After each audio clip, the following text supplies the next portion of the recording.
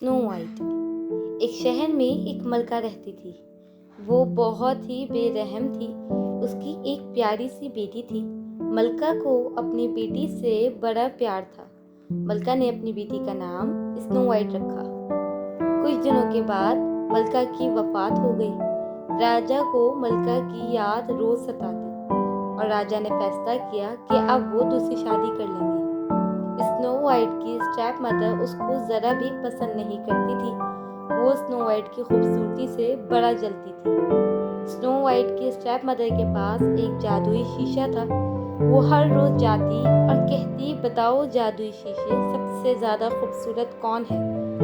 जादुई शीशा कहता, ये सच है मलका, आप खूबसूरत हैं, लेकिन सबसे ज़्यादा स्नो वाइट है। मलका को ये बात सुनकर बहुत गुस्सा आता।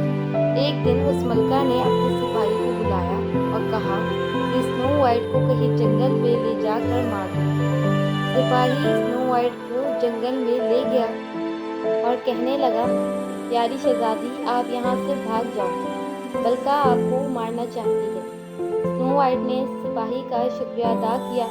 स्नो वाइट जंगल में अकेली थी और बहुत डर रही थी। काफ़ी देर बाद उसको एक घर मिला। वो बहुत खुशी से उस घर में गई। वहाँ उसे देखा छोटी सी टेबल थी जहाँ बहुत सारे खाने लगे थे। स्नो वाइट को बहुत भूख लगी थी। उसने मज़े से खाने खाए और बिस्तर में जाके सो गई। उस घर में 7 बूढ़े रहते थे। जब वो घर आए तो उन्होंने देखा कि टेबल में खाना खत्म था। उन्होंने जब स्नो वाइट को देखा तो उन्होंने कहा, ये लड़की तू कौन है? तो यहाँ से जाओ। स्नो वाइट पहले तो उनको देख के डर गई और फिर कहने लगी, मुझे माफ कर दो, मैं बहुत थक गई थी, मेहरबानी करके मुझे यहाँ रहने दो, मेरा इस दुनिया में कोई नहीं है। उन 7 लोगों ने सोचा और कहा, ठीक है, लेकिन तुम्हें हमारे लिए रोज़ खाना बनाना होगा और हमारे बिस्तर साफ करके रखने होंगे। स्नो वाइट राज़ी हो गई।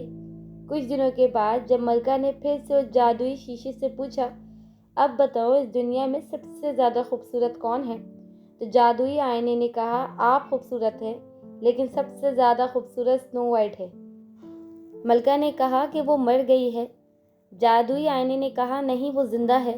ये बात सुनकर मलका को बहुत गुस्सा आया और उसने उस जादुई आईने को तोड़ दिया और उस सिपाही को बुलाया और उसको भी मार दिया। मलका ने सोचा कि जहरीला फल स्नो वाइट को खिला दूंगी। मलका अपने रूप बदलकर जंगल में गई। वो स्नो वाइट के घर के पास गई और बोली, बेटी, ये फल ले लो। स्नो वाइट घर में अकेली थी। उसने उस बुरी औरत से फल लेकर खाया। स्नो वाइट खाते ही बेहोश हो गई और मलका अपने रूप में आ गई और वहाँ से चली गई। रात में 7 बौने आए तो उन्होंने स्नो वाइट को देखा तो वो रोने लगे और समझ गए कि स्नो वाइट मर गई। उन्होंने स्नो वाइट को एक डब्बे में डाला और वहाँ से जाने लगे। अचानक वहाँ एक शहज़ादा आया और उन्होंने उस बोने से पूछा कि क्या हुआ है। बोनों ने बताया कि उसने ये फल खाया था। शहज़ादे ने जब स्नो वाइट को देखा तो वो बहुत गमगीन हो गया और उसने उसके माथे में चूमा।